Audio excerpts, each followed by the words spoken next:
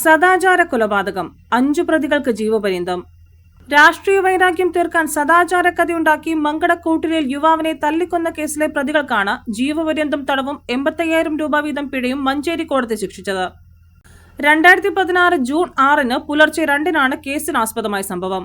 മങ്കടക്കൂട്ടിലിലെ നസീർ 40 പരിസരവാസികൾ സംഘം ചേർന്ന് മർദ്ദിച്ചു കൊല്ലുകയായിരുന്നു. രാഷ്ട്രീയ ശത്രുത മൂലം അനാശാസ്യത്തിനു പോയി എന്നാരോപിച്ചായിരുന്നു ആക്രമണമെന്നാണ് കേസ്. 1 മുതൽ 5 വരെ പ്രതികളായ മങ്കടക്കൂട്ടിൽ നായകത്ത് അബ്ദുൾ നാസർ 40, സഹോദരൻ ഷറഫുദ്ദീൻ 33, പട്ടിക്കുത്ത് സുഹൈൽ 34, പട്ടിക്കുത്ത് അബ്ദുൾ ഗഫൂർ 52, പട്ടിക്കുത്ത് സക്കീർ ഹുസൈൻ 43 എന്നിവരാണ് പ്രതികൾ.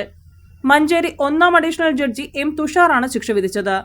കൊലപാതകം, ന്യായവിരുദ്ധമായി സംഘം ചേരൽ, സംഘം ചേർന്ന് കലാപം നടത്തൽ, സംഘം ചേർന്ന് മാരകായുധങ്ങളുമായി ആക്രമിക്കൽ, വീട്ടിൽ അതിക്രമിച്ചു കയറി ആക്രമിക്കൽ തുടങ്ങിയ കുറ്റങ്ങളാണ് പ്രതികളുടെ പേരിലുള്ളത്.